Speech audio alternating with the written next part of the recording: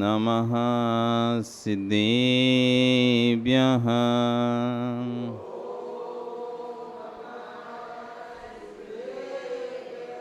ॐ नमः सिद्धेभ्यः।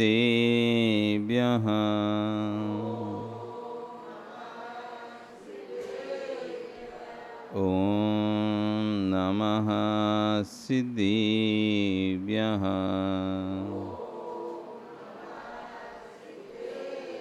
तिर्यणि खग्गिणाय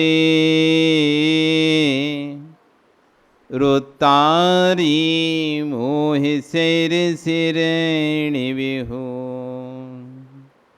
आयरी राऊ पसियो परवादिन्यो भव्य जीलोए। नमो अरिहंताणं नमो सिद्धाणं नमो आयरियाणं नमो वज्रायाणं नमो लोये सव्यसाहूणं।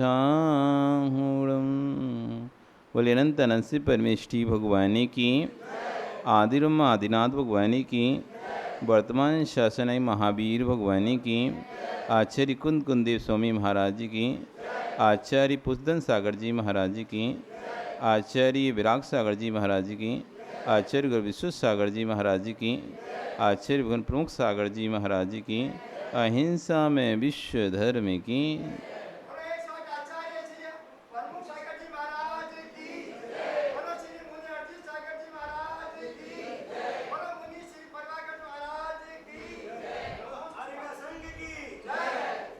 भवबंधु, वर्तमान शासन न्यायिक वर्धमान स्वामी के शासन में तीर्थंकर प्रभु की चरण विश्राम में बैठकर आचार्य भवन की सन्निधि में हम सभी यहाँ पर जिन देशना का श्रवण कर रहे हैं।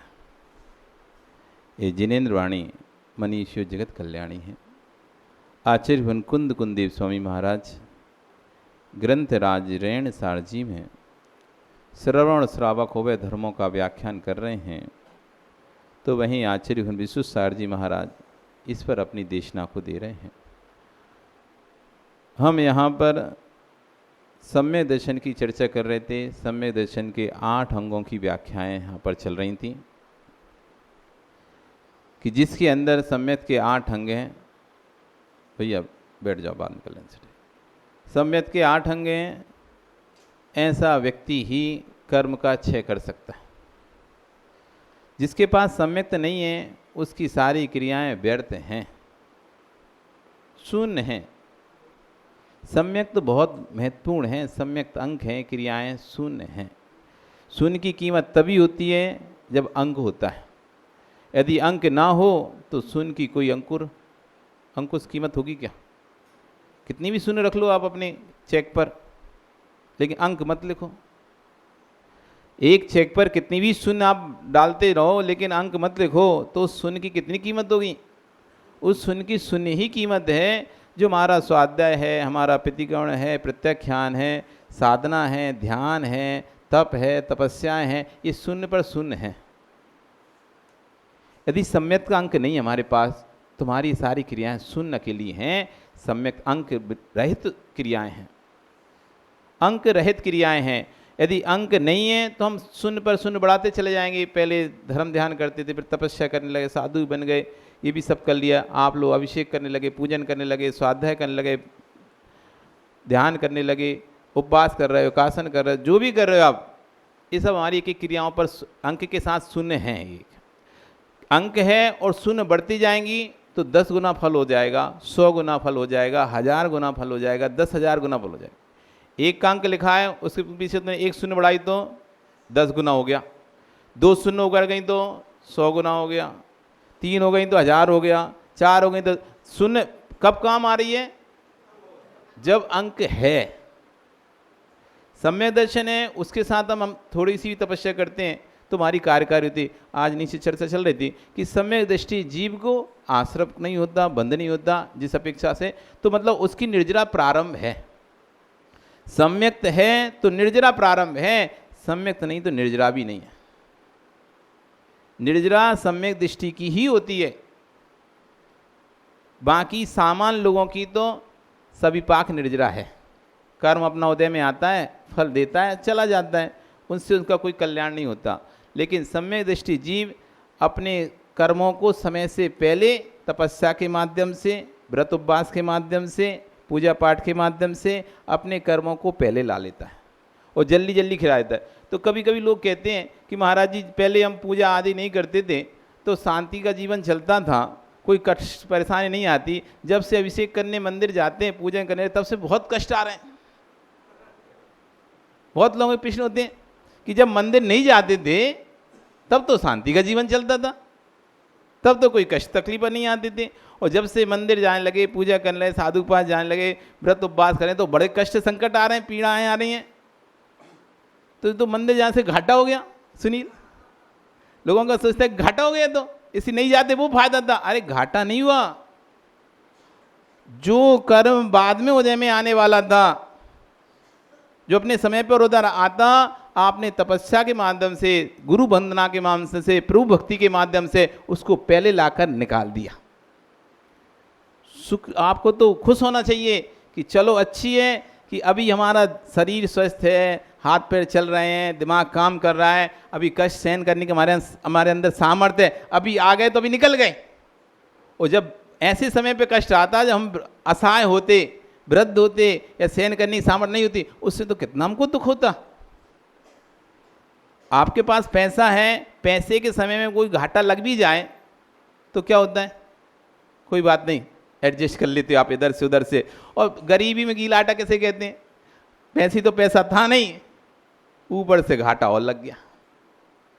वैसी संपत्ति थी नहीं, वो और जो थी वो और छोड़ी, तो भैया उस समय तो और ज़्यादा दुख होगा ना।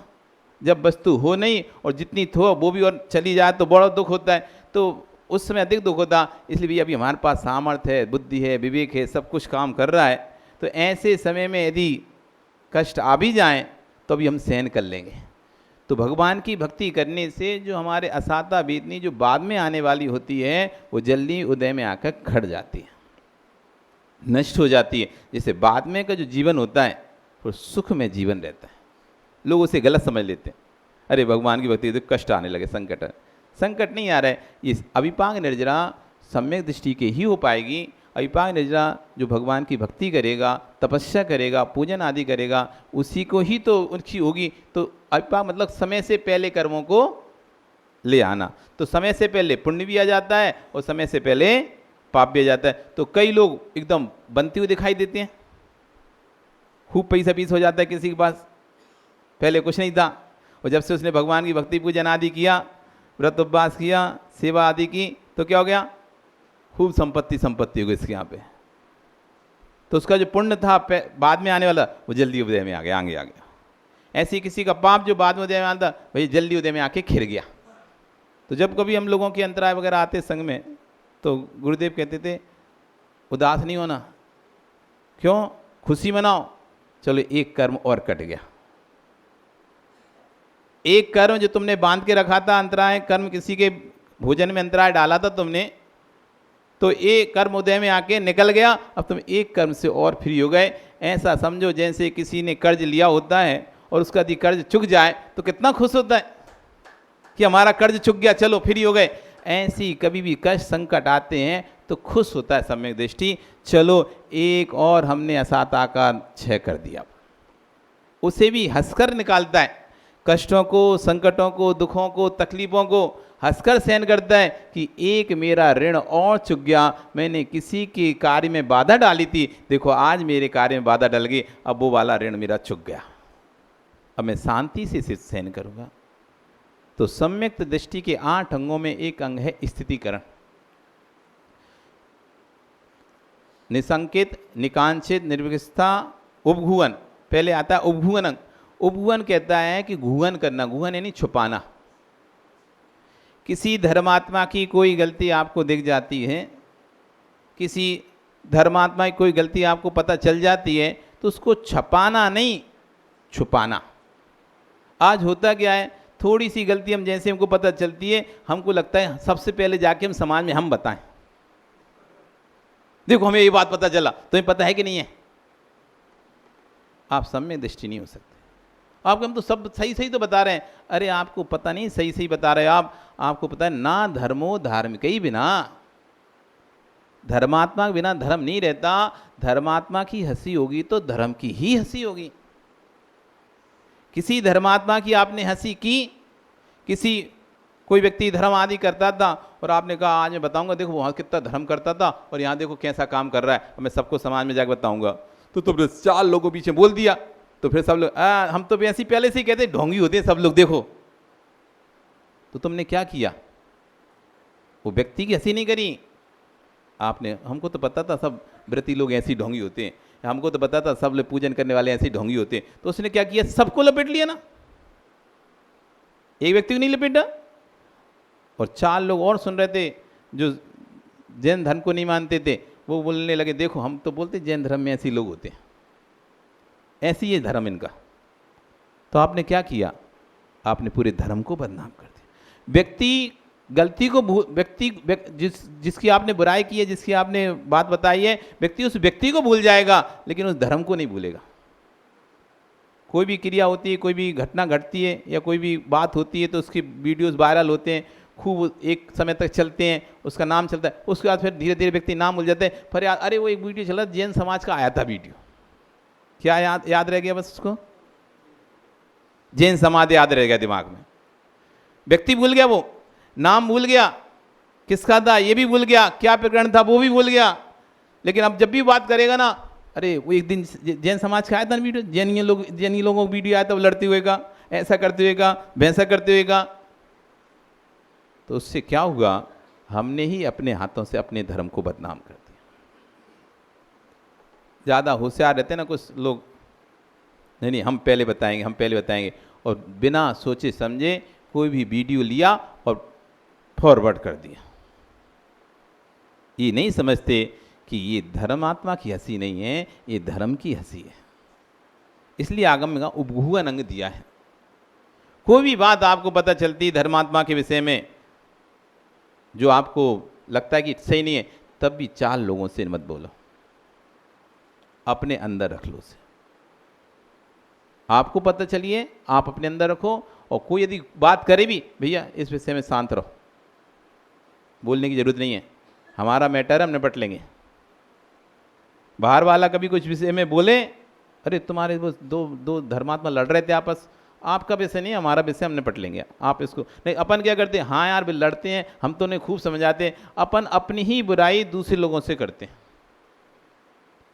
हम अपनी आपस की जो रंजिश होती है, आपस का जो बैर भाव होता है, मन मुटाव होता है, उसको अपने मित्रों के साथ जो कि हमारे धर्म के नहीं भी हैं पर हमारा उठना बैठना उनके यहाँ ज़्यादा है, तो हम उनके यहाँ बैठकर, उनकी गद्दी पर बैठकर, उनके घर पर बैठकर हमारे ही धर्मात्माओं की बुराई करते हैं उनसे। ये भूल जाते हैं हम अपने धर्मात्मा की बुराई करेगा, वो अभी हमारे सामने मुंह पे तो कुछ नहीं कहेगा, फिर जब पीछे जाए हमारे धर्म के ऊपर हंसेगा। देखो ये बनिया लोग कैसे आपस में लड़ते हैं, इधर टीका लगाते हैं लंबा लंबा, इधर बड़ा बड़ा टीका लगाते हैं, बड़ी बड़ी बातें करते हैं, उधर देखो कैसे हंसते हैं, कैसे ये लड़ते हैं, कैसे जिनकी वो मुझे सब आके बता कर जाता है। वो कैसे बोलता है? अरे हमें सब पता है उनके अंदर की, वो हमको सब बताते हैं अंदर की बातें। तो हम अपने धर्म को बदनाम करने हम ही तो कारण बने। हम अपनी बातें, अपने लोगों की बातें, अपने बीच की बातें दूसरों को जाकर बता देते हैं। आप सोचते हो अरे वो वैसा कि इसलिए बता दिया। आप व्यक्ति को मत देखो, आप व्यक्ति को नहीं देखो। सम्यक दृष्टि जीव व्यक्ति को नहीं देखता, सम्यक दृष्टि धर्म को देखता है।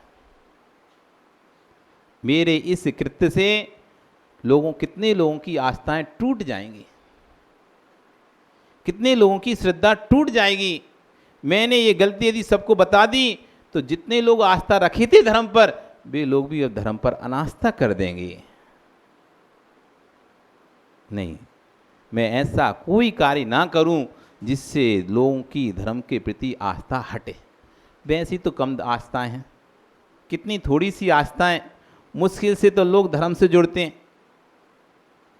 मुश्किल से तो लोग धर्म से जुड़ते हैं। कहाँ जुड़ रहे हैं लोग? तो अपने घरों में सोते हैं, आते ही कहाँ हैं।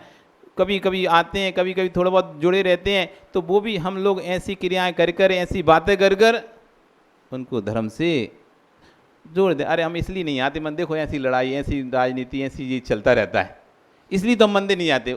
कैसे बोल के जाते हैं वो? तुम्हारे ही बेटे नवीन, तुम्हारा ही बेटा आएगा, सुनील तुम्हारा ही बेटा आएगा, और जब ये सब कुछ देखता है, कुछ भी देखता है हमारे अंदर की, तो फिर कहता है पापा इसलिए हम नहीं जाते, इसलिए हमको नहीं पसंद, ये हमको सब नहीं पसंद, हमको तो भगवान दर्शन करने जाते हैं, ये सब करने जाते हैं। हम इसलिए अपने लोगों की, इसलिए आचार्यों ने सम्यक का एक अंक कहा है उपगूहन, अपने लोगों की बातों को छुपाना। कितनी भी बड़ी से बड़ी बात हो, कितनी बड़ी से बड़ी बात हो, तब भी कोई व्यक्ति कहे ऐसे हमने सुना है, भैया नहीं हमारे धर्म में ऐसा नहीं होता, तुमको ही पता है हाँ उन्होंने ऐसा किया है, ऐसा हुआ है, तब भी कहे नहीं नहीं, ये बाहर का व्यक्ति, इसको हम बोलकर क्या कर लेंगे, और ये बोलकर ये सुनकर भी क्या कर लेगा, कोई सॉल्यूशन तो वो देगा नहीं, बस सुनकर हमारा मजाक उड़ाएगा। आप माताओं अपने घर की बात किसी दूसरे को बता देती हो कि हमारी बहू ऐसी है, हमारी दूसरी अपनी सहेली को जाके बोल रही कि हमारी बहू ऐसी है, हमारी बहू ऐसी है, ऐसा करती, खाना नहीं देती, पानी नहीं देती, अच्छे से नहीं बोलती, तो वो तुम दूसरे को बता के क्या तुम्हारी बहू सुधर जाएगी? तुमने दूसरी पड़ोसन को बोल दिया आपके घर की बात, आपने अपने बहू की बात बोल दी कि बहू ऐसा करती है, सुबह उठती नहीं है, 8 बजे तक उठती है, 9 बजे तक उठती है, सोती रहती है, ऐसे करके आपने दूसरे घर को बता दिया। अब वो हंसेगा ही, कुछ करेगा नहीं। अब चाल लो तुम्हारे जाने के बाद फिर हंसेगा, अरे ऐसी इनकी बहू तो इस तरह से हंसेगा। अब जब उस बहू को पता चलेगा कि ये मेरी बुराई पड़ोसन को कर आई, जितना पानी देती थी ना वो भी देना बंद कर देगी, जितनी तुम्हारा ध्यान रख रही थी वो भी बंद कर देगी। वो पड़ोसन तो कुछ कर नहीं पाई, जो थोड़ा बहुत था वो और चला गया। यदि आप वहीं पड़ोसन को अपनी बहू की बड़ाई करके आती, भले वो कितना ही बुराई कर, आपको बुराई करती हो, आपको ध्यान नहीं रखती है, यदि आप पड़ोस में जाकर अपनी बहू की बड़ाई करती थी, तो जब भी बहू के कान में पड़ती कि सासू तुम्हारी सब जगह अच्छा ही करती है, सेवा करती है, ऐसा बोलती है, अरे यार अपन देखो कैसा करते हैं, और वो तो अपनी सब जगह अच्छा ही करती है, तो विश्वास मानना वो अगले दिन से आपकी सेवा करना प्रारंभ कर देते। पर हम ये समझते हैं कि हम इसकी बुराई करके हम अच्छे बन जाएंगे। लोग ये नहीं कहेंगे सास खराब है, लोग ये समझेंगे बहू खराब है। हम इस तरह की मेंटलिटी रखते हैं, हमारे हमेशा दिमाग में ही रहता है, हम कोई कहे कि यार वो तुम्हारे बारे में ऐसा कह रहा था, तो बस अच्छा मेरे, अरे वो ऐसा है, हम जानते हैं उसे, वो कैसा है, वो तो ऐसा करता है, वो वैसा है, बस किसी ने बस इतना कहने की देरी है, बस हमसे क्या, हमें तो किसी को कहने की इतनी देरी है कि अंकुश ऐसा बोल रहा तुम्हारे बारे में, बस फिर तो तुमने जाना अंकुश के बारे में, जितनी उसने भले ना भी बोला हो, और फिर तो तुमने धड़ा धड़ा धड़ा धड़ा उसकी सारी बुराइयां शुरू कर दी। पर सम्य दृष्टि ऐसा नहीं होता। किसी ने अच्छा हमारे बारे में कहा, हो सकता है मेरे बारे में कमी हो, लेकिन पर वो तो बहुत अच्छा आदमी है, बुराई करने वाला भी आपका मित्र बन जाएगा, पता है। अरे यार वो तो इसकी इतनी बुराई कर रहा था, और ये तो उसकी बढ़िया भलाई कर रहा है, ये तो इसके बारे में अच्छा बोल रहा है, उसको ही जाके बोलेगा रिटर्न में कि तुम जिसकी बुराई करते हो वो तुम्हारे लिए कितना अच्छा सोचता है।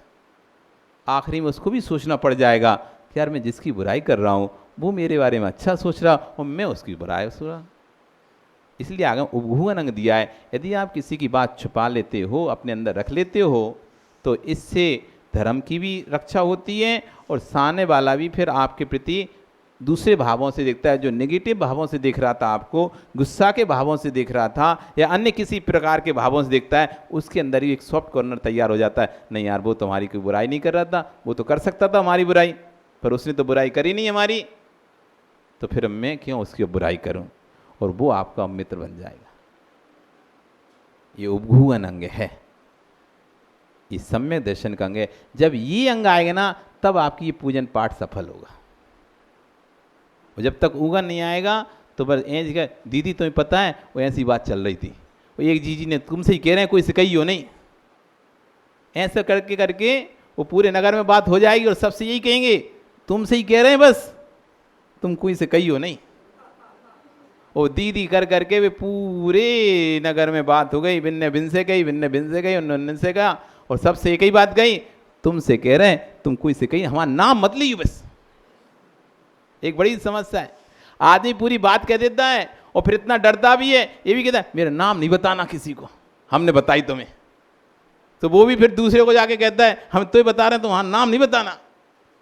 ऐसे करते करते तो भैया ये आदत जब तक रहेगी, नाम नहीं बताना और हम तुम्हें बता रहे हैं, और ऐसा किया उसने, तो समझ लो फिर आपकी पूजा पाठ का कोई फल कभी नहीं मिलेगा। आप कितनी व्रत करते रहो, कितनी उपवास करते रहो, कितनी भी जापें फिर लो, आप करोड़ों फिर लो, लाखों अरबों खरबों फिर लो जापें, सारे शुद्धि के जो जो तुम्हें उपवास करना है वो सब कर लो तुम उपवास, सब जीरो हैं बिना अंक के, बिना अंक की जीरो हैं भी, कितनी भी रख लो तुम, कोई भी महत्व नहीं है। इसलिए पहले सम्यक को प्राप्त करो। सम्यक प्राप्त करना है तो क्या करना पड़ेगा, उपगुहन अंग को अपने अंदर में लेके आना पड़ेगा। धर्मात्मा की गलती दिख जाने पर स्वयं शुद्धस्य मार्गस्य बालासक्त जनाश्याम वास्तव में प्रमाजंती तद्वदुपगुहनम। जो मार्ग स्वयं से शुद्ध है, धर्म का मार्ग, लेकिन किसी अज्ञानी मूढ़ अथवा प्रमादी व्यक्ति द्वारा उसमें कोई दोष लगा दिया जाता है, ऐसे दोष को धर्मात्मा के देखकर भी दूसरा धर्मात्मा से छुपा लेता है, सबको बताता नहीं है, इसका नाम उपगुहन अंग है। ये उपगुहन अंग हमारे जीवन में आए, इसी मंगल भावना के साथ बोली भगवान महावीर स्वामी की।